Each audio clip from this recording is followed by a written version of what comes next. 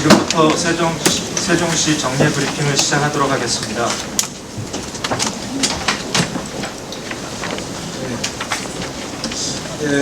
브리핑에 앞서 먼저 우리 시의 코로나19 관리 현황과 긴급 재난지원금 지급에 대해서 간단히 말씀드리겠습니다. 우리 시는 그동안 47명의 코로나19 확진자가 발생했고 지난 14일 21번째 확진자 완치 판정을 받음에 따라서 그 뒤로 이제 소위 청정지역이 됐는데 7일째, 현재까지 7일째 청정지역을 유지하고 있습니다. 어제부터 고3 학생들은 등교 수업이 시작됐습니다만 이태원발 4차 또 5차 감염자가 발생하는 등 여전히 조용한 전파가 진행되고 있어서 우려가 되고 있는 상황입니다. 삼성 서울병원, 코인 노래방 등에서 잇따라 확진자가 발생하는 등 전국적으로 이태원 관련 확진자가 201명에 달하고 있습니다.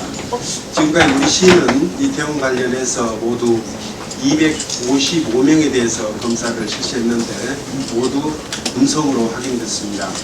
어제 등교한 고3 학생 중에서도 9명의 유증상자가 발생해서 검사를 실시했는데 다행스럽게도 모두 음성으로 판명이 되었습니다. 우리 시는 이태원발 코로나19의 확산을 방지하기 위해서 현장 점검을 강화하고 있습니다. 지난 6일부터 식품 적격업소 883개소, 또 이미용업소 695개소를 비롯해서 실내 체육시설, PC방, 노래방, 또 학원, 교습소 등에 대해서 민간 합동 단속을 실시하고 있습니다. 이태원 일대를 방문한 후에 아직까지 검사를 받지 않은 분이 혹시라도 계시다면 보건소에 연락해서 검사를 받으시기 바랍니다. 그리고 지난주까지 온라인 접수를 받은 긴급 재난지원금 이번 주에는 은행 창구와 읍면동 주민센터에서 오프라인으로 긴급 재난지원금 접수를 받고 있습니다. 어제 현재 전체 총 대상이 13만 6,433가구인데 이 중에서 11만 9,700가구에게 긴급 재난금을 지급했습니다. 퍼센테이지로 보면은 87.7%입니다. 5월 8일까지 취약계층 대상 8,659가구 중 사망하신 9분을 제외하고 모두 8,650가구에 대해서 현금 지급을 완료했고 또 신용카드, 체크카드 충전은 5월 11일부터 지난주에 실시됐는데 10만 6,020가구에게 지급이 됐습니다. 그리고 5월 18일 금주부터 지급하고 있는 여민정 기프트카드는 시 홈페이지나 또 읍면동을 방문해서 신청하고 있는데 지금까지 5,030가구에 지급을 하였습니다. 아무래도 동지역은 지급률이 좀 높은데 한 90% 정도 됩니다만 읍면 지역은 아무래도 농번기라서 지금 현재 지급률이 84%로 지급률이 좀 상대적으로 낮습니다. 미신청 세대에 대해서는 이 통장을 통해서 신청을 안내하고 또 거동이 불편한 분들에 대해서는 찾아가는 신청 서비스를 실시하는 등 빠른 시일 내에 모두 지급될 수 있도록 최선을 다하도록 하겠습니다. 그러면 오늘 주제인 세종형 어린이 교통안전 종합대책에 대해서 말씀드리도록 하겠습니다. 우리 시는 오늘 오전 방금 전 10시 반에 저와 또 우리 세종시 교육감님 또 세종 지방경찰청장님과 함께 업무 협약을 체결했습니다. 우리 세 기관은 지난 1월에 정부가 발표한 어린이 보호구역 교통안전 종합대책과 또 금년 3월 22일부터 시행되고 있는 민식이법에 따라 소위 민식이법에 따라서 교통안전 해리체를 구성하고 긴밀히 협력해서 우리 시 여건에 맞는 세종시 어린이 교통안전 종합대책을 마련 중에 있습니다. 세종시 어린이 교통안전종합대책의 시안을 지금 마련해 놓고 있습니다만 그 중요한 내용에 대해서 말씀드리면 첫째, 어린이 보호구역 안전시설을 대폭 확충하겠습니다. 금년 중에 12억 8천만 원을 투입해서 관내 모든 초등학교에 신호 가속 단속 장비를 설치하겠습니다. 그리고 내년에는 유치원, 어린이집 등에도 단속 장비를 설치할 수 있도록 준비를 하겠습니다. 아울러서 주택가 좁은 도로나 또 상가 이면도로에도 안전한 통학로를 확보하기 위해서 과속 경보 시스템이라든지 과속 방지턱 등의 안전시설도 확충해 나가도록 하겠습니다. 그리고 운전자가 어린이 보호구역에 진입했음을 쉽게 알 수 있도록 노후하거나 훼손된 노면 표지도 전면 재정비하도록 하겠습니다. 두 번째는 고질적인 교통안전 무시 관행을根治토록 하겠습니다. 불법 주정차 차량으로 인한 어린이 교통사고를 방지하기 위해서 초등학교 주출입문 주변의 주정차 문제를 적극 해결하겠습니다. 우선 시민들께서 안전신문고 앱을 통해서 불법 주정차 차량을 쉽게 신고할 수 있도록 주민신고제를 적극 공부하겠습니다. 그리고 불법 주정차 단속을 강화하고 주민 의견 수렴을 거쳐서 불법 주정차 단속 카메라를 설치하겠습니다. 그리고 보도와 차도가 분리되지 않아서 사고 위험이 높은 11개 초등학교에 대해서는 안전 취약 시간대에 경찰을 배치해서 집중 단속할 계획입니다. 신호 무시, 난폭운전으로 시민들의 안전을 이어가는 배달 오토바이에 대한 단속도 강화해 나가도록 하겠습니다. 경찰분들께서 캠코더 등 이동식 단속 장비를 활용해서 교통법규를 위반한 오토바이를 단속하기로 했고, 또 하반기에는 세종시 공익제보단을 구성을 해서 시민 신고제를 활성화하도록 하겠습니다. 그리고 관내 시내버스의 블랙박스를 활용하는 단속도 추진해 나가도록 하겠습니다. 세 번째는 어린이가 우선인 교통안전 문화를 확산시켜 나가도록 하겠습니다. 어린이 등하교 교통안전 프로그램을 확대하고 또 세종시 교육청에서 추진하는 초등학교 통학로 안전지킴이 사업을 지속적으로 확대하고 그리고 우리 시에서 운영하고 있는 녹색 어머니의 교통안전봉사 사업도 지속적으로 지원해 나가도록 하겠습니다. 안전체험 교육기관인 세종안전교육원을 설립해서 교통사고, 또 자연재난, 생활안전 등 다양한 위험에 대처할 수 있도록 내실 있게 체험교육을 실시하겠습니다. 이 안전교육원은 교육청에서 설치를 하게 되겠습니다. 네 번째로 어린이 교통안전 사각지대를 해소하겠습니다. 우리 시가 출범한 이후에 지금까지 어린이 보행사고 사망자는 발생하지 않고 있습니다만 2018년부터 어린이 보호구역을 확대하고 또 지속적으로 안전시설에 투자한 결과 어린이 보행사고도 점차 감소하고 있는 추세입니다. 그러나 학원가라든지 아파트 단지 등 여전히 어린이 보행 안전과 관련해서 사각지대가 존재하고 있다고 판단됩니다. 보행사고가 많은 학원가 주변에도 무인 단속 카메라를 설치하는 등 어린이 보호구역에 준하는 안전대책을 마련하겠습니다. 아파트 단지도 입주민 그리고 경찰청과 협력해서 아이들이 안심하고 다닐 수 있는 공간으로 만들어 나가도록 하겠습니다. 다섯 번째로 교통안전 문제를 해결하기 위해서 긴밀한 협력 체계를 구축 운영하겠습니다. 우리 시와 세종교육청 그리고 세종지방경찰청이 협업체계를 구축해서 선제적으로 이슈를 발굴하고 종합적인 해결 방안을 모색하겠습니다. 또한 우리 시는 세종시 어린이보호구역 교통안전 종합대책 수립을 시민감동특별위원회의 5번째 시민감동과제로 선정한 바 있습니다. 시민 여러분 그리고 유관기관 전문가 담당 공무원들이 모여서 소통하고 논의해서 우리 시에 가장 적합한 종합대책을 만들도록 하겠습니다. 지금까지 어린이 교통안전 종합대책안에 대해서 말씀드렸습니다. 우리 시는 세종시 교육청 그리고 세종지방경찰청과 적극 협력해서 어린이가 교통사고 걱정 없이 학교를 다니고 놀이터에서 마음껏 뛰놀 수 있는 안전한 도시를 만들도록 하겠습니다. 시민 여러분의 많은 관심과 의견 제시 또 동참을 당부드립니다. 오늘 한 가지 말씀을 더 드리겠습니다. 어제 참으로 기쁜 소식이 있었는데요. 그동안 우리 세종시를 행정수도로 완성하는 데 앞장서 오신 박병석 의원께서 사실상 국회의장으로 확정이 됐습니다. 아직까지 국회 본회의 선출 절차가 남아있긴 합니다만 최다선인 6선인데다가 경쟁자도 없고 그래서 사실상 의장으로 확정됐다 해도 무리가 없습니다. 조금 이른감이 없지 않지만 박병석 의원님의 국회의장 확정을 35만 세종 시민과 함께 진심으로 축하드립니다.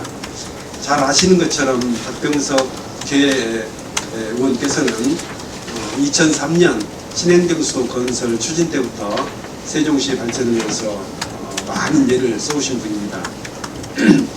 과거 열린우리당 시절 신행정수도 건설 특별위원회 위원장, 신행정수도 건설 특별법 위원결정 후속대책 및 지역균형발전 특위 간사, 국회 신행정수도 후속대책 소위원회 위원장, 또 열린우리당 신행정수도 후속대책 특별위원회 부위원장을 지냈고 현재도 더불어민주당 국회 세종의사당 추진특별위원회 위원장을 맡고 있습니다. 공동위원장이시죠. 박병석 국회의장 내정자는 국가 균형 발전에 대한 확실한 신념과 비전을 가지신 분이고 또 그러한 입장에서 늘 또 세종시 행정수도 완성을 위해서도 앞장서 오셨던 분입니다. 과거 열린우리당 시절부터 현재 더불어민주당 시절에 이르기까지 신행정수도와 행정수도 관련 입법 정책 마련을 주도해 오셨고 또 한편으로는 또 반대론자들과도 늘 소통하시면서 설득하는 노력도 아끼지 않으신 분입니다. 언론 인터뷰와 TV 토론 등에서도 늘 수도권 강의를 해소하고 지방을 살리기 위해 국가 균형 발전이 필요하고 그 핵심이 세종시 건설이라는 입장을 늘 견지해 오셨습니다. 박병석 국회의장 내정자는 국회 세종의사당 설치에 관한 강한 의지를 갖고 계시고 또 민주당 국회 세종의사당 특별위원회 위원장으로 일해 오셨습니다. 국가 균형 발전의 핵심이 우리 행정수도 세종이고 국회 세종의사당과 청와대 제2집무실 이전이 행복도시 완성이며 국토 균형 발전의 근본이라고 밝히신 바도 있으십니다. 박병석 국회의장 처제가 구축되면 우리 시 최대 현안인 국회 세종의사당 설치에 탄력이 붙을 것으로 35만 시민들은 기대하고 있습니다. 마침 박병석 국회의장 내정자와 함께 또 국회 부의장으로 거론되고 계시는 두 분도 김상희 의원님 또 정진석 의원님도 충청권 출신 의원이십니다. 정치권의 긍정적인 기류 변화를 잘 활용해서 21대 국회에서 국회 세종의사당을 설치하고 헌법에 행정수도 세종이 명문화될 수 있도록 저 역시 최선을 다하도록 하겠습니다. 네, 이어서 시민들의 질문에 시장님이 직접 답변하는 신문시답을 진행하겠습니다. 금남면 복통 건립에 대한 질의에 대한 질문을 영상을 통해 보시겠습니다.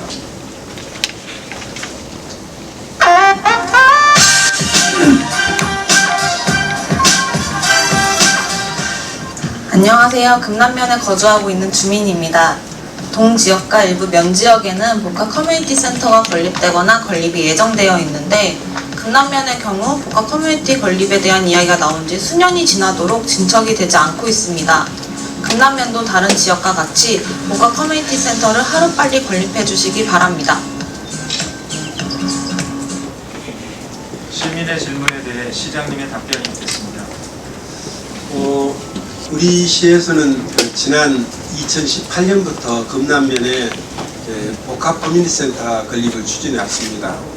처음에 이제 저희가 추진해 왔던 것은 금남면 청사 부지에 복합 커뮤니티센터하고 또 공공임대주택을 결합한 노후 공공청사 복합개발 사업을 추진해 왔습니다. 그리고 국토교통부로부터 또 지원도 약속받았었습니다.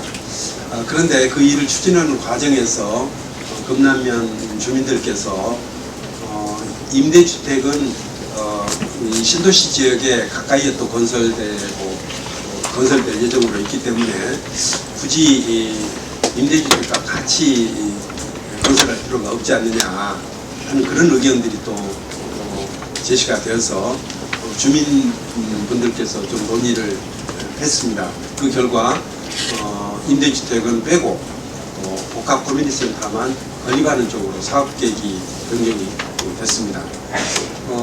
뭐 이런 과정을 거치는 과정에서 아무래도 시간이 좀 흘렀고 그 뒤에 이제 금남면 복컴 건립 협의회에서 현재의 금남면 청사 부지에 복컴을 건립하기로 한 것입니다.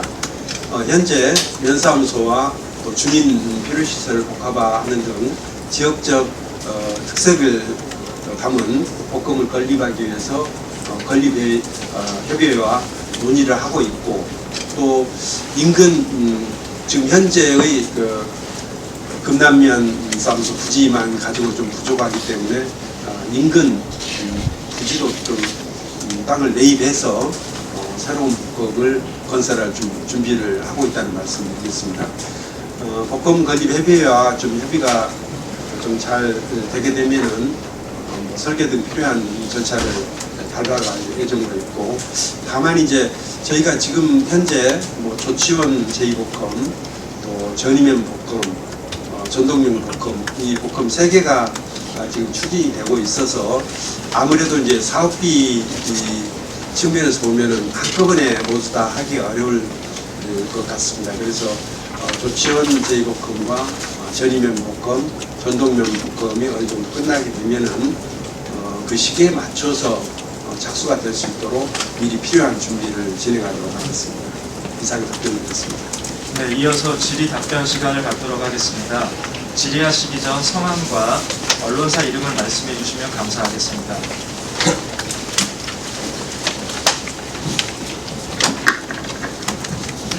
패션 김규철 기자입니다.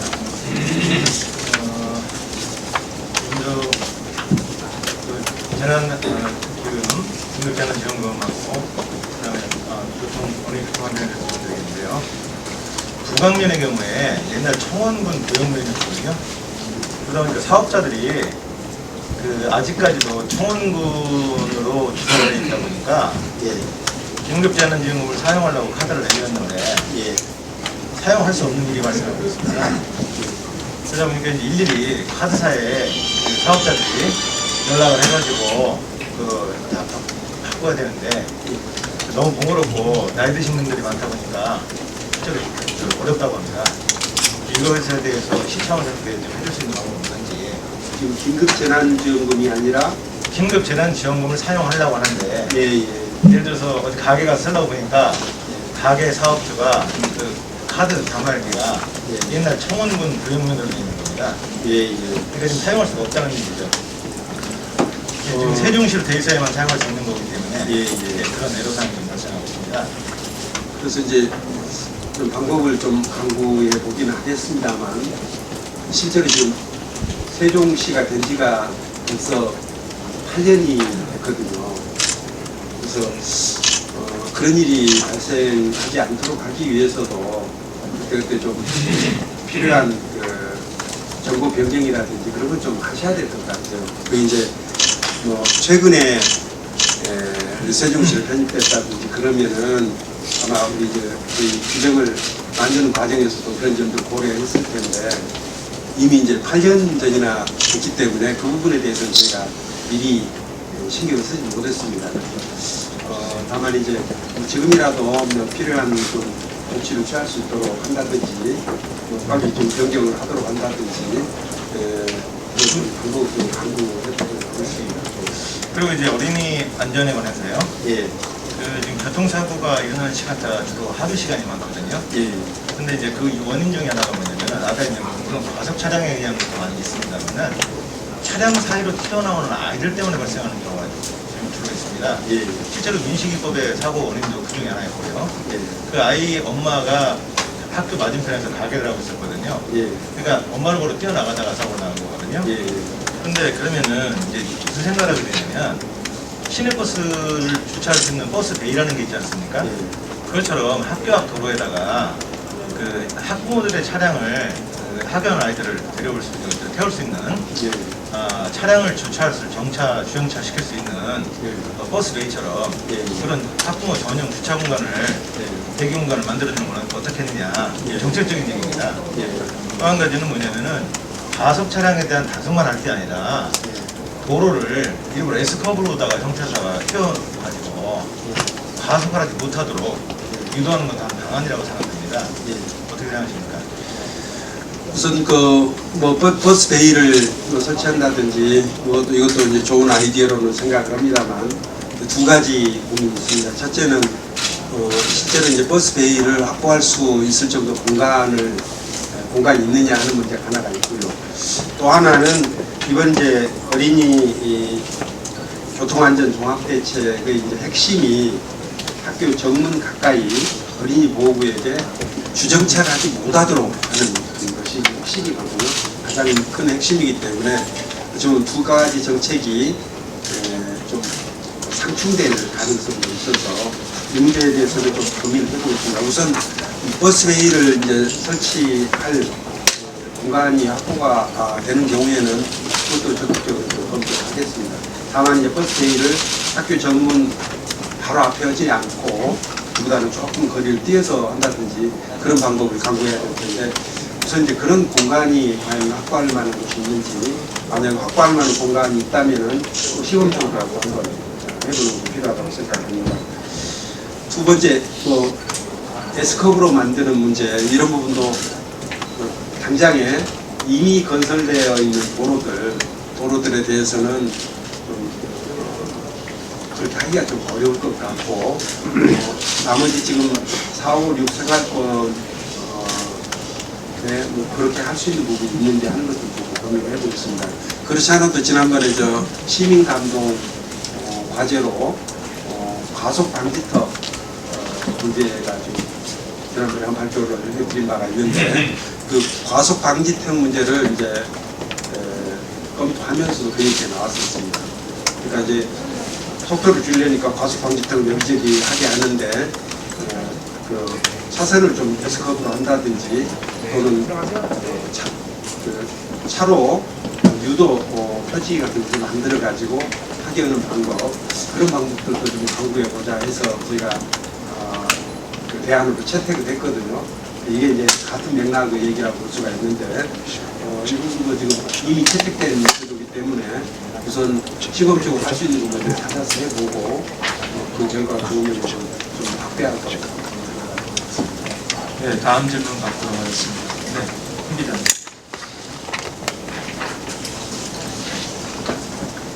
예. 네, 아시아뉴스 뉴스팀의 홍준진입니다. 예. 좀 헷갈리시죠? 오늘 주제와 관련 없는 거 두 가지 여쭤보는데 예. 제가 6년 동안 시장 브리핑을 하고 있는데 예산에 관해서 사전에 보도자료나 브리핑을 안 하신 거는 이번이 처음인 것 같습니다. 올해 기정예산이 1조 한 6,051억 정도 됐었는데 1조 8,389억으로 추경 편성이 돼서 넘어간 걸로 알고 있는데 그거에 대해서 지금 뭐 다 기억하시기는 힘드시겠지만 또 제가 알기로는 이번에 코로나19 관련해서 불효불급한 예산이 편성된 걸로 알고 있는데 중요한 내용만 좀 아시는 대로 소개해 주시고 나중에 자료를 좀 주셨으면 좋겠고요.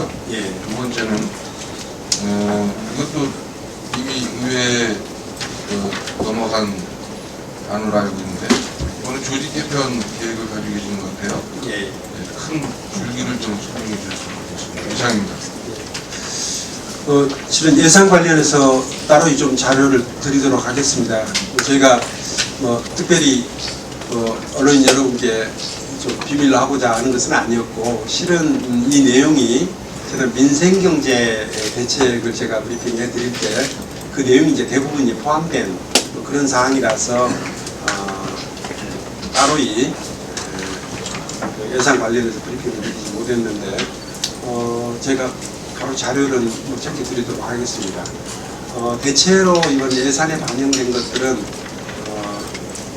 이번에 이제 긴급 재난지원금을 비롯해가지고 민생경제 대책에 포함시켜서 시행하고 있는 코로나19 관련된 예산들이 주로 되어 있다는 말씀드리고요.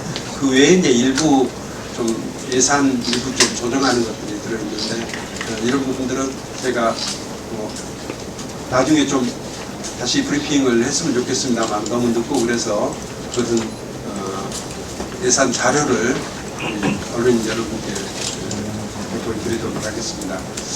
조직 개편과 관련해서는 작년도에 우리 이제 금년도 기준 인건비에 포함된 그런 내용들을 일부 좀 남겨놨다가 지금 반영을 한 건데요.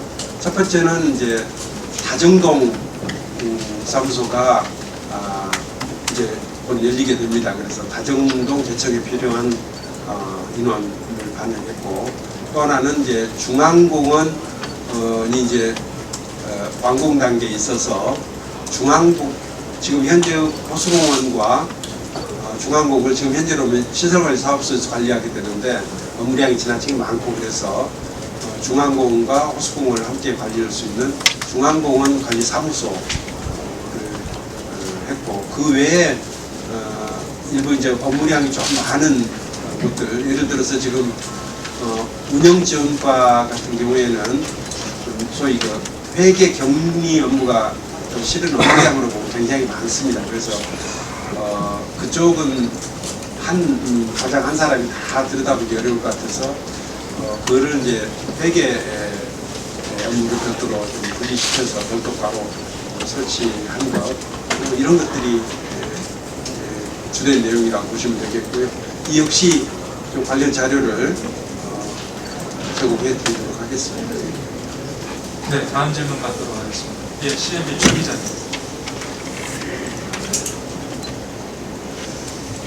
예, CNB 채널 최정희 기자입니다. 다시 어린이 교통안전으로 들어가서 질문 드리겠습니다. 최근에 이제 날씨가 이제 좋아짐으로 인해가지고 따뜻해짐으로 인해가지고 어린이들이 이제 자전거를 이용하는 어린이들이나 청소년들이 이제 많이 있습니다. 근데 이제 문제는 자전거 도로가 파였다든지 도로와 도로가 연결되는 부분에 턱이 너무 높아가지고 안전사고가 빈번히 일어나고 있습니다. 여기에 대해서 지금 어떤 대책을 가지고 계신지 하나 여쭙고요. 두 번째는 이제 자전거 도로에 저쪽 동네 쪽으로 가게 되면 동지역으로 가게 되면 자전거 도로에 그러니까 소위 얘기해서 이제 전화 컨트롤 박스, 우리가 흔히 얘기해서 변압기라고 그러죠. 그게 이제 설치되어 있는 곳이 많이 있습니다. 거기에 추돌하는 사고들도 몇 건씩 목격하고 있거든요. 이게 이런 거 같은 경우를 좀 어디로 이전할 수 있는 바로 앞으로 이전한다든지 그런 걸 좀 피했으면 하는데 여기에 대한 대책은 있는지 그거에 대해서 좀 말씀 좀 부탁드리겠습니다. 지적해 주신 두 가지 사항 좀 현장 점검을 전체적으로 한번 좀 점검을 해서 일제히 좀 보수도 하고 필요한 조치도 좀 하도록 하겠습니다. 저희가 우리 시민들하고 하고 있는 그 안전도시위원회도 있고 그래서 그분들하고도 좀 상의를 해서 전수조사를 한번 해보도록 하겠습니다. 전수조사를 해서 파인 곳이 있다든지 또 연결 부위에 문제가 있는 곳이라든지 또 변압기 있는 부분이라든지 전체적으로 좀 조사를 해서 조쳐나가도록 그렇게 하겠습니다. 적절한 지적을 해주셔서 고맙습니다. 네, 다음 질문 받도록 하겠습니다. 네, 말씀하시죠. 예, OTN 뉴스 임원선 기자입니다. 네, 저는 그 어린이 자전거 관련해서 질문 사항인데요. 그 오래전에 어린이 그 교통사고 대비해서 그 자전거 면허증이라는 것이 도입한 일이 있거든요. 그래서 그 취지는 면허증이라는 그것을 타이틀을 갖기 전에 안전교육의 취지를 앞서서 시행한 거거든요. 지금 세종시에서는 그런 제도를 시행할 의향은 없으신지 질문을 드리겠습니다. 아까 그 김규철 기자님께서도 좀 지적을 하셨고, 이게 교통사고 발생하는 게 시스템상 문제도 있지만 아이들이 좀 주의를 제대로 하지 않아서 생기는 문제가 있을 수 있거든요. 그리고 이번에 이제 어린이 자전거 관련해서도 사고가 많이 난다 그랬는데, 이 부분은 우선 아이들 교육을 좀 철저히 잘 시킬 필요가 있습니다. 그래서 이번에 교육청에서 금년도에 착공을 해서 내년도에 완공할 계획으로 어린이 안전 교육원을 지금 고치원에 설치할 계획으로 있습니다. 거기서 그래서 뭐 여러 가지 위험 요인들을 실제로 경험하게 하고 그걸 통해서 안전교육이 실시되도록 하면 안전교육을 강화시키는 문제가 우선 그런 검토가 돼야 되겠다. 그리고 이제 그것은 이번에 오늘 발표한 어린이 교통안전 종합 계획에도 좀 반영되어 있는 사항입니다. 그 어린이 면허증 관련해서는 제가 뭐 사전에 검토를 못 해봤는데요. 아마 시행한다 하면은 전국적으로 아마 시행을 해야 될 것 같고, 우리 세종시만이라도 우선 좀 시범적으로 시행해 볼 수가 있는지 하는 것들은 검토를 해보겠습니다. 제가 사전에 검토가 안 된 사항이라서 답변이 좀 제대로 되지 못한 것 같습니다. 네, 세종파남의 박 기자님. 네, 세종파남의 박은주입니다. 지난 주말에요, 긴급재난지원금을 받고 가장 많이 사용한 부분 중에 하나가, 저도 궁금해서 주말에 나와봤습니다만, 자전거를 판매하는 곳이었습니다. 바로 시청 주변에도 그 보호 메이커의 가게가 있는데요.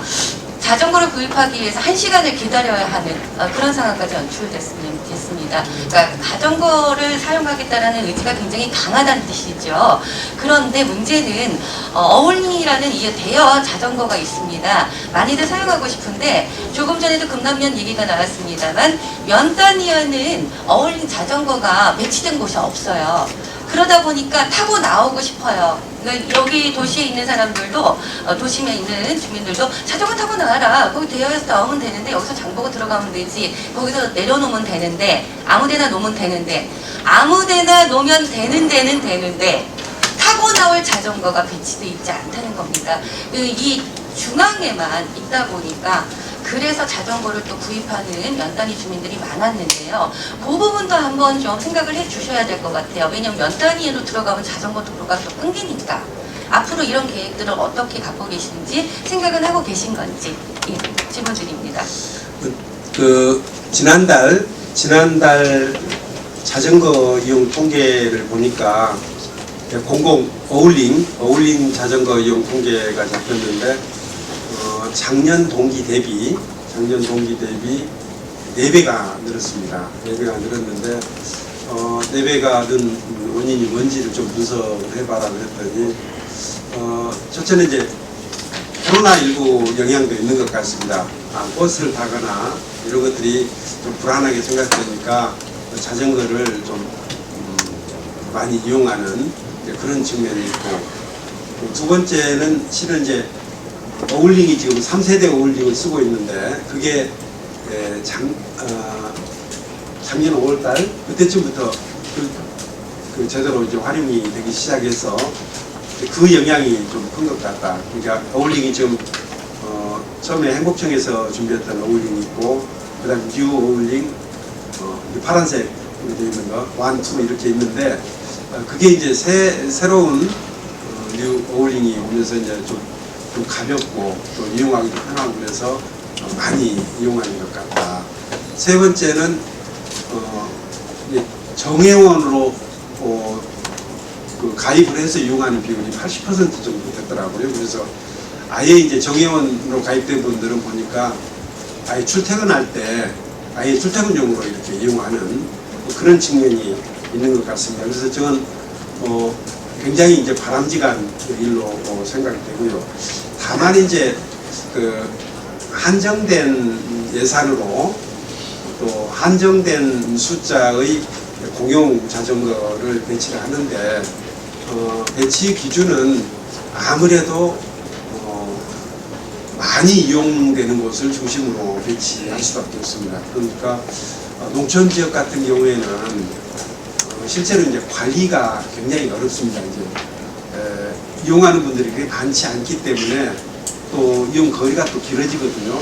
예, 지금 이제 그 도시 지역 같은 경우에 대체로 이용 거리가 한 700m 정도, 그러니까 평균적으로 한 700m 정도 되는데 농촌 지역 같으면 이제 이용 거리도 좀 굉장히 길고, 그래서 이거는 공용 자전거로 이 문제까지를 농촌 지역 문제까지를 해결하기는 좀 어려울 것 같고, 그러나 아무래도 소위 이용하는 게 현실적이지 않는가 이렇게 생각하는데, 그럼 뭐 이게 이제 그 대수를 한꺼번에 뭐 아주 많이 늘릴 수 있으면 좋은데, 지금 현재 우리가 한 2,550대 그 정도 되는데 대전하고 거의 큰 차이가 없습니다. 대전이 한 2,900대 정도 되고, 그래서 지금 이미 이제 자전거 대수만으로 보면은 우리가 결코 적지 않은 수고, 그래서 앞으로 좀 수요 분석을 좀 더 해가지고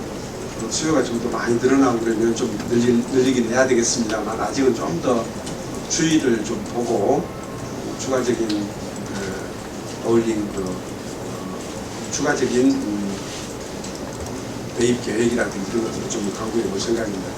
그러니까 결론은 농촌 지역에까지 이렇게 좀 배치하기는 현실적으로 어렵고, 아무래도 많이 이용하는, 그래서 공용 자전거 같으면은 하루에도 한 자전거를 10번, 20번 이렇게 이용하는 곳에 배치하는 것이 공용 자전거의 의미가 있다고 생각합니다. 네, 내일부 김 기자님. 예, 내일부 김주환입니다. 그 원외 질문 하나 드리겠습니다. 그 지금 브리핑 내용에 대해서 거의 많은 질문을 하셨기 때문에 예. 그 화상정마장에 대해서 말씀드리겠습니다. 예. 지난번에 시장님께서 그 시민들의 반대가 있다면은 그거를 추진하지 않겠다 이렇게 말씀을 하셨어요. 그런데 이제 이게 시민들이 찬반이 많이 갈리는 것 같아요. 예. 그래서 이거를 혹시 시장님께서 공론화해서 어떤 그 결정을 하실 의향이 없으신지 이 부분에 대해서 한번 말씀해 주세요. 이미 이제 상당 부분 좀 우리 시민들의 의견이 표출됐다고 보고 있습니다. 그리고 언론 보도에서도 많은 기사들이 나왔고, 또 시민사회에서도 여기에 대해서 반대 입장을 표명을 하고, 그래서 지금 현재까지 공론화를 따로 하지는 않았지만, 이미 그것도 제가 하겠다고 밝힌 바도 아니고 아마 실무선에서 검토하는 과정에서 이미 언론 보도 같은 거 그랬는데, 지금 현재까지 표출된 시민들의 의견, 여론을 보면은 반대가 대부분입니다. 그래서 이렇게 반대가 대부분인 사업에 대해서는 도시에서 추진하기가 현실적으로 좀 어렵습니다. 좀 좋은 사업이라 하더라도 저는 시민들이 반대가 있다면은 시민들을 설득해서 해야 되는 거고, 또 설득이 안 되면은 저는 해서는 안 된다고 봅니다.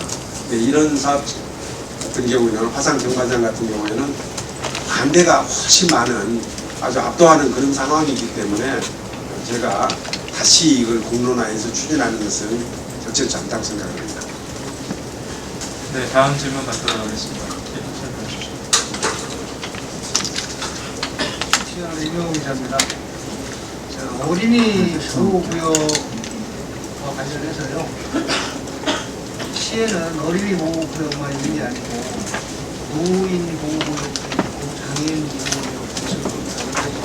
실질적으로 어린이 보호구역을 제외한 장애인이나 노인 보호구역은 크게 주기하면 어린이 보호구역에 대해서 신호를 벌쓰는 그런 특별한 대책을 마련하지 않는 감이 있는 지역마다 마찬가지로 세종시는 물론 어린이 비율이 높은 곳이니까 어린이 보호를 위한 신경을 써야 되겠지만 노인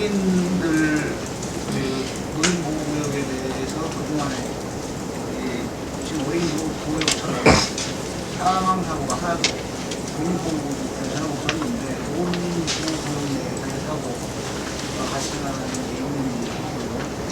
또 어린이 보호구역과 같이 노인이나 장애인 보호구역도 마찬가지로 설치를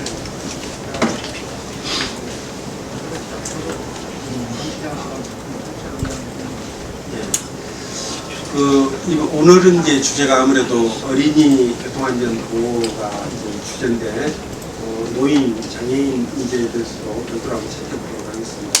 다만 이제 오늘 특별히 어린이 교통안전 종합 대책을 준비해서 시민 여러분들께 보고 드린 것은 정부에서 우선 이런 대책을 수립하도록 지침이 있었고요. 또 필요한 예를 들자면 이제 감시 카메라라든지 이런 시설을 설치하는데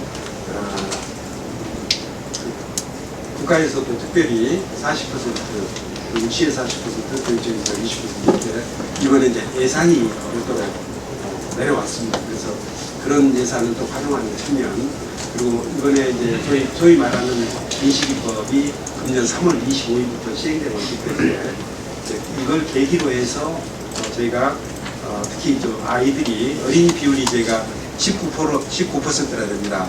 그래서 이번에 이제 특별히 어린이 교통안전 종합대책을 마련했고 지금 시안을 마련한 상태고 이것을 이제 관련 전문가 또 우리 시민들과 함께 참여하고 교육청 또 경찰청과 같이 협의를 해서 종합대책을 확정 짓겠다 하는 그런 보고를 드리는 것이고요. 다시 한번 말씀드리지만 노인 교통 문제, 장애인 문제 이 부분에 대해서는 별도 차원에서 따로 좀 챙겨보도록 하겠습니다. 네, 다음 질문 있으십니까? 질문이 없으시면 이상으로 브리핑을 마치도록 하겠습니다. 수고하셨습니다.